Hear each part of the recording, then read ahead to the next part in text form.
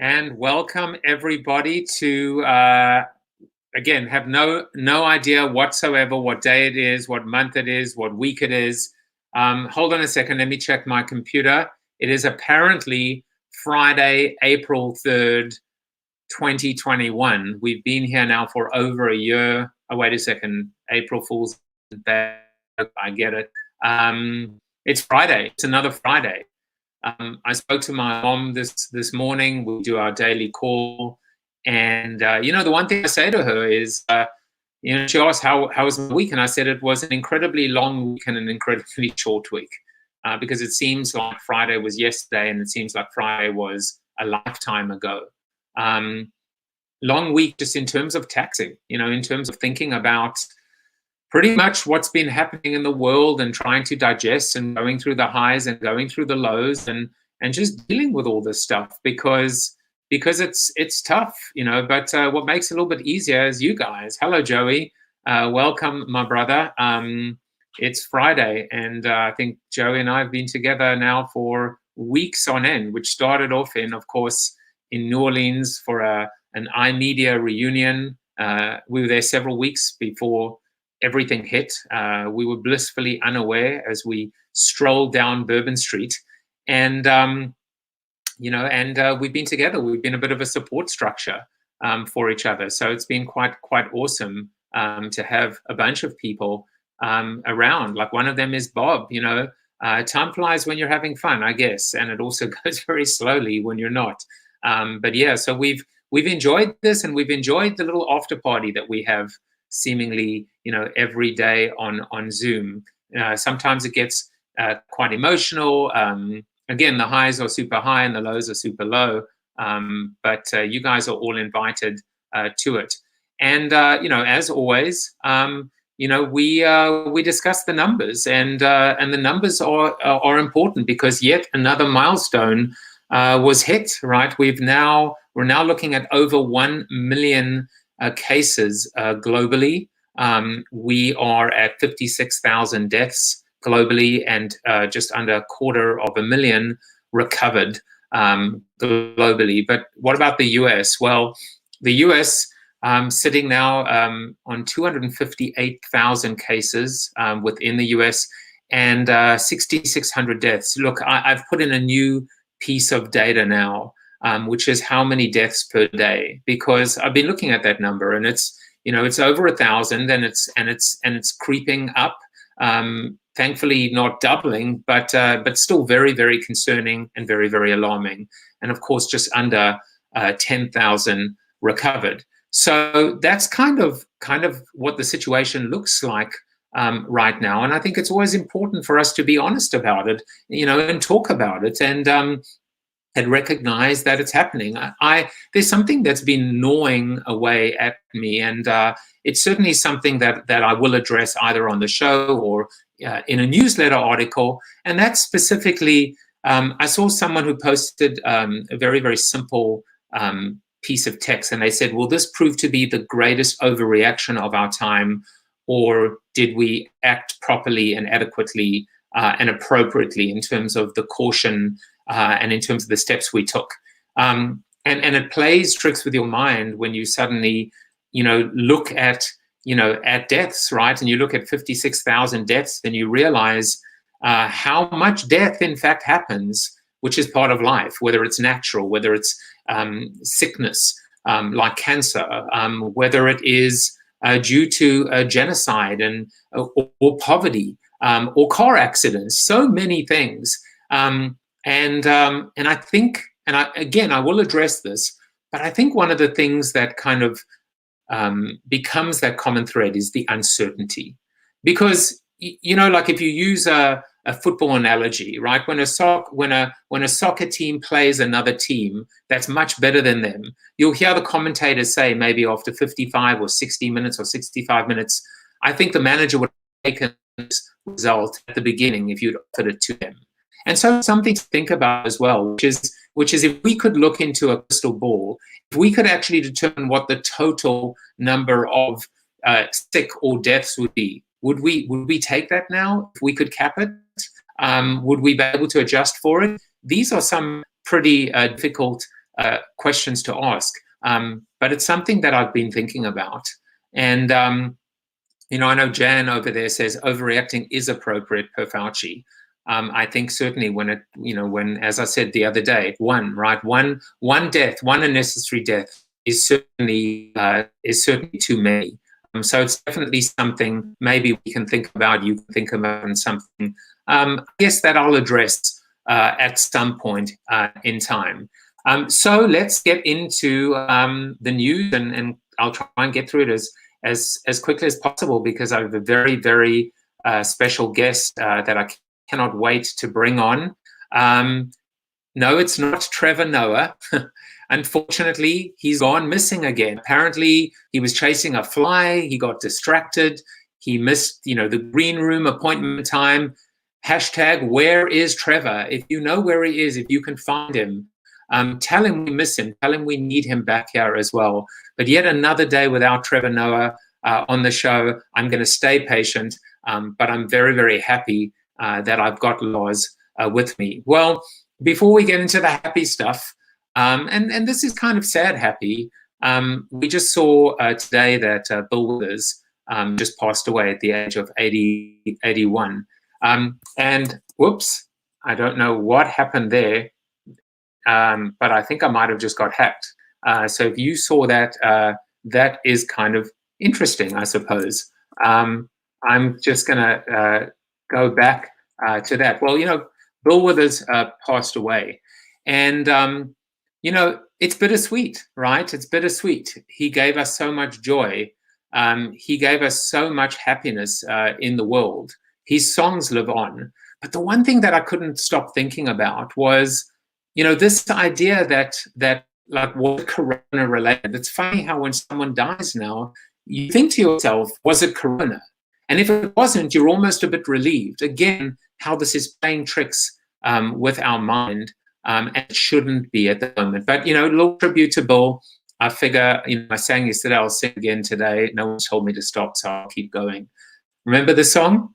Ain't no sunshine when she's gone. It's not warm when she's away. Ain't no sunshine when she's gone. And she's always gone too long. Anytime she goes away. And I know. Okay, I'm not going to do that anymore. Bill, rest in peace. But now let's talk about some happy stuff. Our happy birthdays today to Michael, to Francis, to Ryan. Ryan's a futurist. I remember meeting him years ago, so smart. Henry, Daniel, Eric. There's a photo of Daniel. Another Daniel, Andrew, and Angelica. Happy birthday to you guys. Remember, you will never celebrate alone. You may be home alone, but you're with us today. So, in the news, Robert Kraft, he produced for New York State. Look, you can see the cap I'm wearing today, right? You can see the cap. It's a New York Giants. I'm a Giants fan. But I think today, everyone in the tri-state area, and certainly in New York, is a Patriots fan. Very, very kind, generous giving of Robert Kraft and the Patriots organization, having to fly to China to get masks and PPE and bringing it back and distributing a generous amount to New York. So thank you, Mr. Kraft, for doing that as well. A little bit of a report back as well. You'll remember almost a week ago, I had my sister on the show. She was my first interview. And you'll also notice that when she was on, she was talking about her club, the Psy Club, her spinning club, how they refused to close down. They refused to go out of business. And not only did they move the entire business online, but also her business partner, one of the spinning instructors, but actually her partner, was also going through a fight with cancer at the time, and she tested positive for corona. So here is this triple whammy: cancer, corona, and the third C in this case was the closure of Psy Club. But they fought on, and she fought on all three levels. As a result of this interview that I did with my sister on Sunday, the Psy Club and my sister and her partner were featured in the largest newspaper in the UK, in the case Daily Mail. just shows you how good goes around. It shows you how paying it forward works. It shows you how acts of kindness are there for a reason. And so I'm so happy that there is a spotlight on their business and on their wonderful story. So the last piece in the news, the big advertising festival, the Cannes Advertising Festival, was postponed, and now we find out it's been cancelled. And, you know, lots of puns about this. I mean, you know, Cannes do cancel, but rather than actually comment on it, this is probably a good opportunity to bring on my very special guest, Lars Bastholm, and he's the founder of Mic Drop Corporation and the creative partner of Group of Humans, with an unbelievable resume and repertoire from working as chief creative officers at the Zoo at Google, Shield USA, Ogilvy, and AKQA. So, Lars, hey Joe, my friend, welcome to the show. Thank you. Thanks for having me. So we'll comment on Ken in a moment, but I think first it's probably a good idea, you know, to mention that you're not in my good books today because you have 2 strikes against your name. First of all, the fact is that you know my brother-in-law, Jacob, because you're both Danish. The Danish is not the strike; it's the fact that you know my brother-in-law. And second of all, being on your Facebook page, it appears that you're an Arsenal fan. What? Me? No. I'm actually not following football at all. Must be from friends who posted on there. Maybe you were hacked. Maybe you were hacked. All right. So one strike against your name. But Lars, I thought it would be a good idea to just go back and talk about how we met. And I mean, you have an amazing background, but I would love to hear a little bit more about your current project, because you are one of the smartest, most talented creative directors that I've had the privilege of meeting. So I give you the floor for a couple of minutes to just tell your story, tell our story, how we met, and then also what you're up to at the moment. Well, first of all, now you're making me all blush, which is going to look awful on the screen, obviously, with all that praise. So thank you for that. Well, I think we met in New York at the dawn of this millennium, where you invited me to come speak at one of your things, and we ended up having a really long chat afterwards about everything under the sun, mostly in the realm of digital. I just moved to New York to open up AKQA's office in New York, and I think we've just been talking since about all kinds of different things that you've been doing, I've been doing, etc. So it's coming up on 20 years, Joe. But thankfully, we look younger and better every single day, so no one's going to notice. So what am I doing now? Well, like everybody else who works mostly as a consultant and / freelancer, right now I'm not doing all that much because more or less every project that I've been involved in has either been postponed, paused, or outright canceled due to the coronavirus circumstances, which is natural. I mean, all my friends in the agency world, all my freelance friends are kind of telling me the same things. So we're all in the same boat together. And there's really not that much anybody can do about it until we figure out what the world looks like once this is over. So hopefully what I'm hoping to get back to is what I've been doing since leaving Google a couple of years ago. I spent the first year working solely on a startup where we were trying to, and hence I appreciated your singing, Joe, we were trying to revolutionize the world of karaoke. Karaoke is interestingly not something that has really moved that far, technologically speaking, since its inception in the 70s. And we had some great ideas about how to use technology to make it a better experience for everybody and make it social as well, both in terms of technology, but also in terms of building some actual venues to showcase the technology and give people a completely new experience in the world of karaoke. And I have by the way, just to mention, it's funny because the other day I was talking about TikTok, and really TikTok, which has taken off, is essentially lip syncing. You know, the Milli Vanilli era, and it's funny because the two are quite closely connected, lip syncing and karaoke. But it's just interesting. So maybe your time will still come, my friend. Well, here's a funny thing. According to the business plan we put together, we were going to be opening our first venue in Vegas in January of 2020. And would be online with being on track to opening venues in LA and New York right now. So in some ways, I count my blessings right now that we didn't manage to raise the money necessary to take those steps, because we would have been wiped out by this completely. So, maybe there's a reason why the whole thing didn't succeed in the first go around, and people are going to be even more starved for social contact and human contact, and getting out of their houses and away from their screens once all this is over. So maybe I'll pick up my pitch and go out to investors after this is over and see if somebody has the appetite to get into that business with me. So that's Sorry, go ahead. And I was going to say, a big question that is asked at the moment is kind of, you see this a lot on Facebook, which is, what's the first thing you're going to do when kind of, green light is issued? And I can tell you that I will not binge watching Netflix. No. I mean, my wife and I were dreaming the other day about going to our favorite restaurant and have our favorite meals there, and just, sit down. We have a 3-year-old and a 6-year-old at home. So while some people in quarantine might be thinking about how to pick up 5 new hobbies that they can excel at, we're basically full-time servants to our kids who are normally in school and daycare respectively. So that's not a lot of free time to binge watch, unfortunately. But what I've been doing outside of the startup is, like I said, I've been working as a consultant on various projects within the realm of advertising, marketing, helping some startups get off the ground with finding out who they were, how to speak to their audience, and put together kind of their purpose to communicate to the world. And then I've joined this collective called Group of Humans, which is a bunch of very seasoned creatives and project managers, account folks, etc., from around the world who have ganged together to create a virtual agency.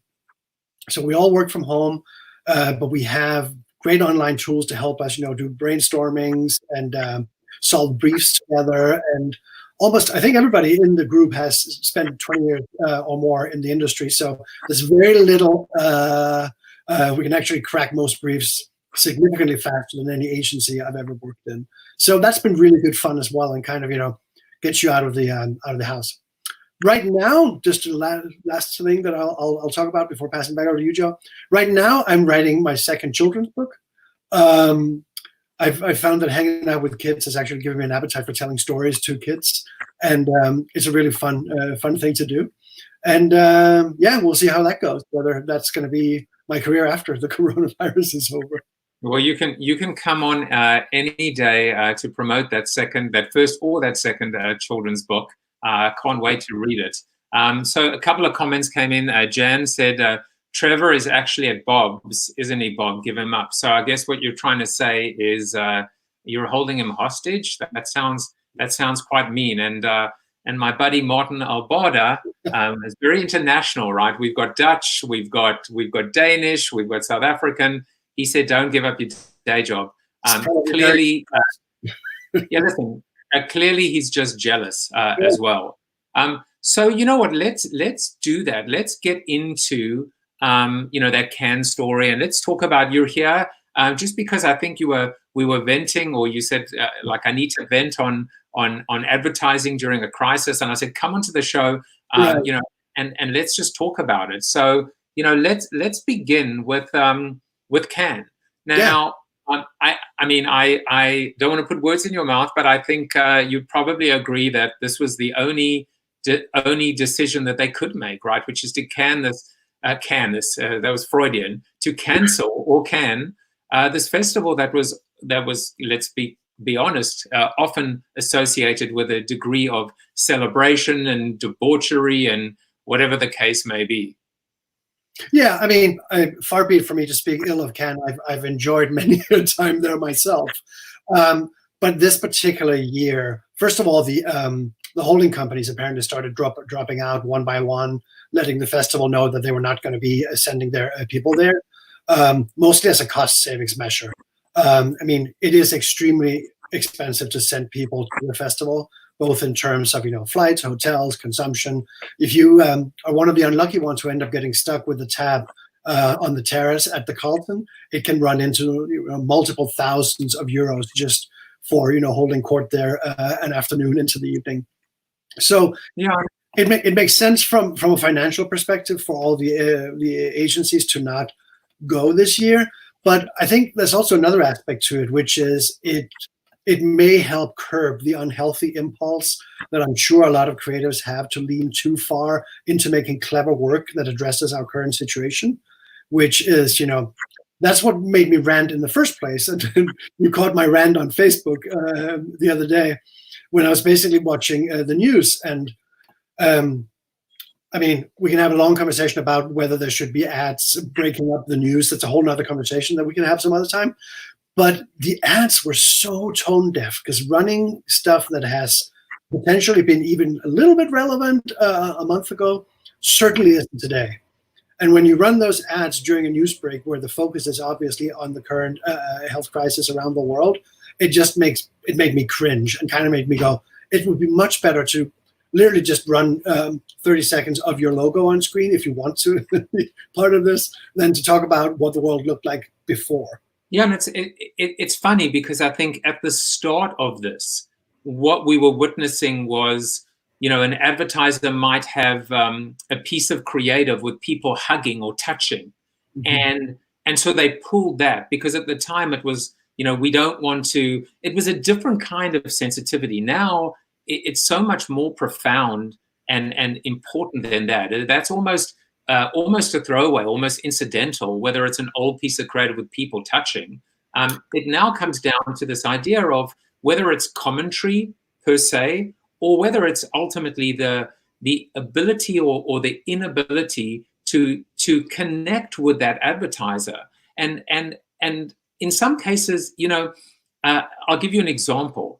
There is one of the worst pieces of creative. It's a local piece of creative for a dealership in Portchester, close to New Rochelle, and I see that ad now for this local car dealership, and I love it.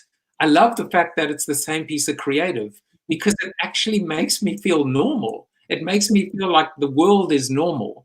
But of course, when you see a much larger brand not change the messaging, it just seems like it's not even that it's tone deaf. It just seems like it's lazy.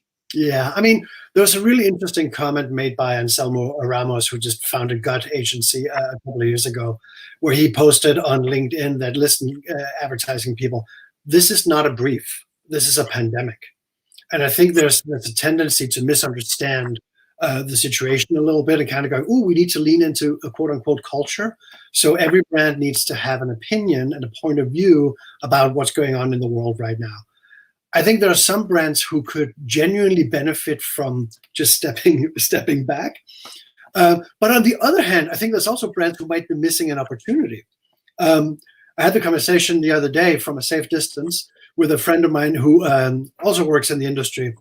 And we were basically talking about, why aren't toilet paper brands taking this opportunity to go direct to consumer? I mean, if I were Charmin or one of the other big brands, I'd be like, listen, guys, we have enough toilet paper to ensure that no one's going to run out of toilet paper during this crisis. So stop chaos buying at your local grocery and deprive other people from the opportunity. And you can also sign up to our subscription service, where we will send you however many rolls you need every week, and they'll be delivered to your doorstep, no contact, et cetera, et cetera. I mean, that for me is just an example of something that could be a massive business opportunity and change the way consumers engage with certain types of products. And Bob just said, "Holy crap! I need toilet paper," which is apparently a hashtag. And Martin, our two commenters, said "can" is now "can't." So for sure, yeah. And what I think we're going to do is, I think I need you back because I think we've got so much more to talk about. But we've got a bunch of examples, maybe some cans and some can'ts. But I think at the end of the day, to your point, when you mention that a brand could, for example, like Charmin, actually get into some direct-to-consumer, it all comes down to, look, commerce, we need the wheels of commerce to continue to turn. But what we don't want to see is the opportunistic brand, the brand that's just in it for the buck or the fast buck. And I think we can tell, right? We can tell it as consumers, So let's get into a few things. And I think one of the things is when I when I asked you to send examples of some good brand work, what you did, and I'm so glad you did it, was you sent me some just good digital examples or examples of creativity rather than have to make it about advertising. So do you want to set this up quickly and explain Yeah. what we're doing So here? we all spend a lot of our time on Zoom these days, and Zoom backgrounds have become sort of the new creative playground. And this is my friend Luis, who's the chief creative officer of Gray in Mexico, and he took that meme and basically posted it behind himself, turning it into what I would say is a perfect Zoom background. But it's just a great example of how you can, use the situation, not necessarily in a commercial way, but just, I mean, the amount of memes. I'm on a couple of mailing lists where people just exchange memes. And the amount of stuff that people are doing now that they have time on their hand, there you go. This is just fantastic. So, necessity is the mother of invention. So I think we all become very creative when we're locked into situations where we can't do the things we normally do. Yeah, So, I think it's interesting that we led with this because it takes the creativity. I didn't realize that it was started by actually someone within the industry, but I always love. I mean, I think creativity, when it begins with an individual, a consumer, a person, brands can look at this and be inspired, not threatened by it. yeah, no, exactly. It's like use the platforms that you have available to communicate relevant messages. Then I think you're doing something right. The challenge is when brands who are distantly related to the situation that we're in try to lean too heavily into the frame. That's when you get the really tone deaf executions where, like, no, you should not be commenting on something that's a genuine global health crisis where people are dying in order to sell more product. That is exactly the wrong thing to do. All But right, so we have about 3 or 4 minutes. Let's go through two different brands. You want to talk about this? yeah, I just saw this. Someone posted it on Facebook, and I'm not even entirely sure whether it's a fake or a real ad. But I just thought that for IKEA to lean into the way that they communicate to the world, an important message for everybody, and doing it in such a simple way, kind of put a smile on my face while ingesting the message of what was going on out there. And this other one was Burger King in France, basically, listen, you can't come to buy a Whopper. We know you're probably dying for one right now. Here are all the ingredients we put in, so at least you can try and make your own at home. This is almost like a public service announcement from them. Like, listen, put all this stuff in a burger, and it might taste somewhat like a Whopper. It's deconstructed, no doubt. But I, one of the things, and I found this one, which is I'm still not sure, in fact, if this is real or not. The beautiful mashup between Tiger King and Burger King. I would love to find out if this is real, because I like it. I like the sense of humor. I feel, it is a slippery slope, no doubt, but we need to laugh. And so I'm hoping this is real. And if somebody knows a little bit of background to this design, it would be awesome to find out. There's an old story. When I was a wee young man, I worked at Harrods in London. And there was a story about a guy walking into the food halls in Harrods in London during what they call the Great Bread Strike, where people, all bakers, stopped working because of some tax on flour that was being levied on them. And somebody walked into the food halls, which are notoriously famous for having absolutely everything available in there, and said, "Yes, I would like one tiger sandwich, please." And the guy behind the counter looks at the customer and shakes his head sadly and goes, "I'm terribly sorry, sir. We don't have any bread." I mean, there you go. All right. So, I think we're going to do one more today, and we'll stay on the subject of Burger King. And this is a real piece of creative, whereas we're not sure about the Tiger Burger King or the Burger Tiger King or what's really in our Whopper sandwich. But that reminds me of when I worked at Nando's. They did a piece of creative taking on Kentucky Fried Chicken, but they called it Unlucky Fried Kitten. But anyway, what's interesting about this, Lars, is that you will notice that the person in the spot is wearing gloves. And this whole creative was about the fact that we are, taking all these precautions. We're wearing gloves. We're producing contactless and at-home delivery and all these different types.